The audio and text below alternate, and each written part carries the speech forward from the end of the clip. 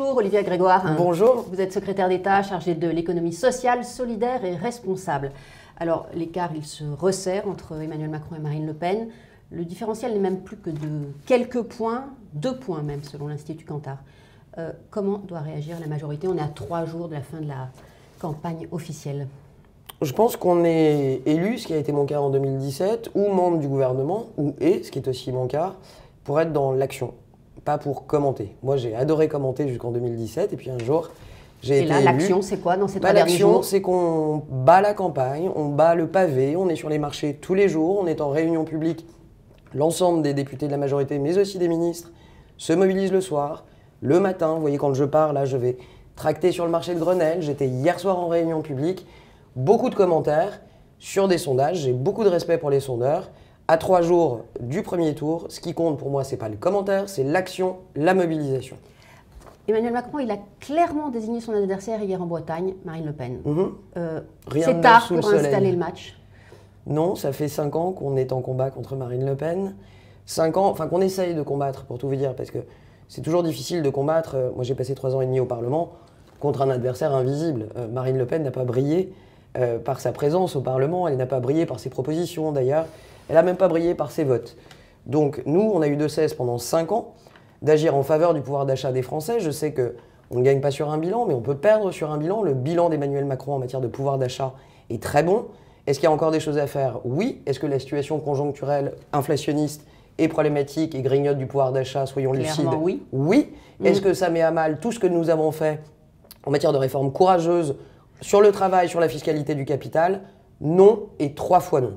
Vous êtes sur quelle ligne? Dire, comme Édouard Philippe l'a fait dans le Parisien, Marine Le Pen peut gagner, ou ne pas le dire trop fort pour ne pas mobiliser l'électorat RN? Alors, j'ai lu cet article très intéressant. Moi, je suis sur une ligne qui a le mérite d'être la mienne et qui est assez simple, qui est d'essayer de dire et de faire passer aux Français la réalité des choses. Marine Le Pen, elle a changé. Il faudrait être aveugle pour ne pas le remarquer. Mais en réalité, elle s'est améliorée. J'ai pas de jugement de valeur à apporter. C'est une question. Est-ce que par rapport à 2017... En fait, je vais vous dire, pardonnez-moi, je vais vous dire, et je vais être assez brusque, je m'en fous de savoir si elle s'est améliorée. Ce qui n'a rien changé, ce qui ne s'est absolument pas amélioré, c'est le caractère nationaliste, le caractère protectionniste, rabougri de son programme. Elle a changé la devanture, elle a changé le packaging, mais elle n'a absolument pas changé la boutique. Elle a changé, je ne suis pas dupe du ripollinage, a dit hier Emmanuel Macron. Mais j'adhère à 2000%. Imaginez une seule seconde, il faut le dire aux Français, je prends une seconde. Même le maréchal Pétain n'a pas osé remettre en question le droit du sol pour les enfants nés de parents étrangers, eux-mêmes nés en France. Même le maréchal Pétain. Il faut l'attaquer sur ses valeurs ou sur son programme? Le programme, les valeurs, c'est la même boutique, c'est la même tromperie. On essaye de faire croire aux Français, elle essaye de faire croire aux Français que, prenons les retraites par exemple, pas besoin de toucher à grand-chose, 62 ans, vous pourrez partir tranquillement et tout ça tiendra très bien. Ce sont des mensonges. Moi je dis aux Français, elle s'est ripollinée, elle a changé de masque, elle a changé de coupe de cheveux, c'est la même boutique, elle fait le même beurre que son père. C'est un programme qui est rabougri, qui est un programme d'effondrement pour la France, économique, d'effondrement pour l'Europe, d'effondrement moral. C'est important de le dire. Est-ce que cette ligne a été trop tardivement définie? Je ne crois pas. Cette ligne justement de prendre le programme, de décortiquer les mesures, je crois pas. C'est tardif. Je n'adhère pas au fait que c'est tardif. Désolé. 5 ans d'action, 5 ans de mesures, du pouvoir d'achat en hausse, un chômage qui n'a jamais été aussi bas, un chômage des jeunes qui a baissé de quasiment 15% en 5 ans, des résultats économiques qui sont là, des avancées sociales, le congé paternité, les pensions alimentaires pour les femmes seules. La meilleure façon de lutter contre elle au plan des extrêmes, c'est de se battre et d'agir. Elle a quand même réussi à faire passer l'idée que le pouvoir d'achat, la défense du pouvoir d'achat des Français, c'est elle qui la porte. Mais c'est très bien avec des mesures qui sont là aussi des mesures mensongères. Il faut arrêter, et là aussi je vais avoir une parole très simple, pardonnez-moi, mais il ne faut pas être trop technocratique là-dessus. Elle prend des Français pour des jambons. C'est tellement facile de dire aux entrepreneurs, moi je ferai de la baisse de charges. Mais parlons-en, Madame Le Pen. Moi j'ai beaucoup travaillé au plan économique et je suis aujourd'hui à Bercy. Alors quelle charge? Qu'est-ce qu'on baisse et comment? Arrêtez de raconter des carabistouilles, comme dirait le président de la République. La CFE, vous qui êtes un média économiquement pointu, La contribution foncière des entreprises, elle la supprime. Il y en a pour des milliards d'euros. C'est pas chiffré dans son programme. Tout est mensonger. C'est de la publicité mensongère, le programme de Marine Le Pen. Emmanuel Macron, entré en campagne tardive, il est passé à côté? Emmanuel Macron, entré en campagne post 5 ans de crise quand même. Je sais qu'on fait un peu comme si de rien n'était, mais gilets jaunes, Covid, pardonnez-moi de penser aux 130 000 décès qui ont accompagné cette crise, et l'Ukraine. Le président de la République est à la fois président de la République, président du Conseil de l'Europe, et aujourd'hui un candidat en campagne.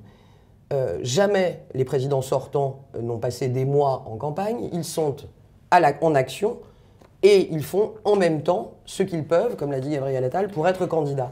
Imaginons un quart de seconde qu'il ait été plus candidat que président dans cette période dramatique, qu'il n'ait pas eu la posture qu'il a de président entre Poutine et Zelensky. Imaginons une seule seconde ce qu'on aurait dit en matinale dans les journaux sur ce président opportuniste qui préfère être candidat que de défendre la liberté.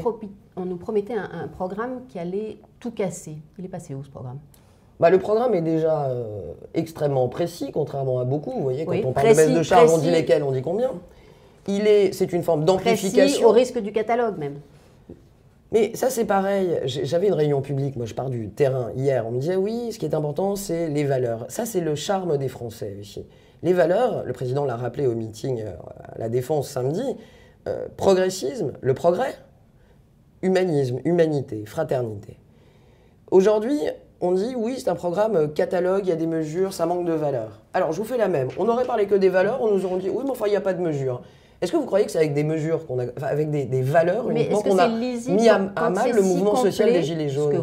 Ce que vous défendez, quand un programme est si complet, est-ce que c'est lisible en si peu de jours? Le délai, il est très court. Je crois, pour distribuer le tract de 24 pages sur les marchés quotidiennement, les Français que je croise, du moins à Paris, mais aussi dans les territoires, le prennent et le lisent tranquillement chez eux. Enfin, je pense que, vous savez, une chose que je remarque, et c'est toujours pareil en histoire, quand le monde est complexe, les extrémistes, les populistes, et Marine Le Pen en est le plus bel avatar, sont simplistes. Pour répondre à la complexité du monde, rien de tel que de dire oui, non, ou de faire croire que c'est simple. Les gens sont pas idiots, je vous l'ai dit, les Français sont pas des jambons. Ils savent que nous avons affaire à une situation complexe au plan de l'énergie, au plan de la géopolitique. Ils sont conscients de tout ça. Et à la complexité du monde, il faut répondre aussi en ayant un respect pour l'intelligence des Français, sans leur faire avaler des mesures noires, blanches, binaires, mais en détaillant les choses. C'est le parti pris que nous prenons, celui de l'intelligence des Français. Peut-être la question que se posent aussi les Français, c'est au fond, pourquoi ce deuxième quinquennat?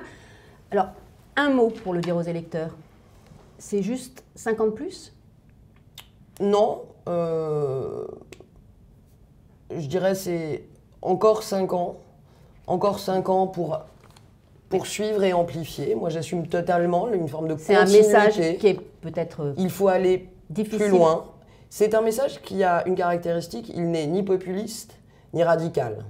Donc il est plus nuancé, plus intelligent, et parfois c'est difficile à faire passer. On a envie de répondre oui, non à un certain nombre de questions aujourd'hui. Oui, mais il faut l'assumer. En fait, ça, il faut assumer de dire que ce soit sur l'école, approfondir ce qui a été fait, oui, sans forcément avoir de changement de cap radical. Mais ces changements de cap, vous savez, moi j'ai beaucoup travaillé sur l'Amérique latine il y a 20 ans.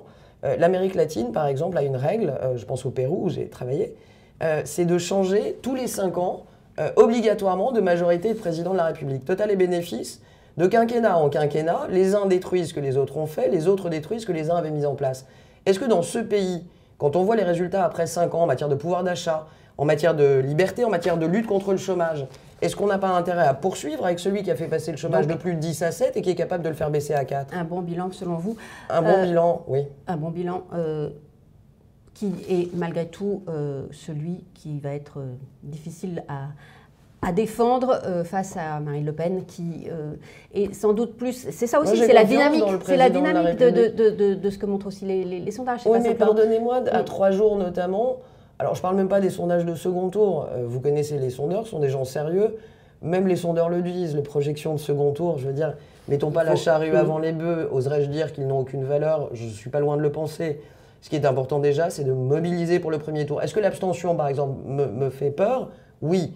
Est-ce qu'une forme d'abandon des Français de l'acte démocratique le fait qu'on soit en vacances, est-ce que tout ça sont des choses qui peuvent m'inquiéter en matière de mobilisation? Oui. Est-ce que je crois que c'est indispensable d'aller dire son mot sur la démocratie le 10 et 24 avril? Oui.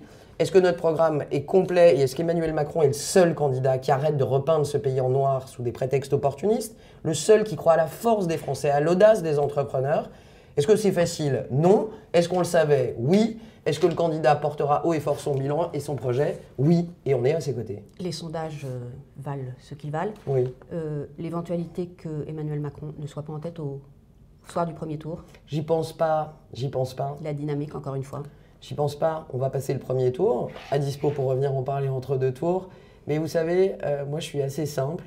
Les choses dans l'ordre. D'abord mobiliser. D'abord faire le premier tour. Et puis on aura l'occasion de se battre et de promouvoir une France qui a confiance en elle et pas une France qui s'effondre. Je le redis, lisez le programme de Marine Le Pen, lisez ce qu'elle écrit. Alors c'est très fin, et je terminerai là-dessus.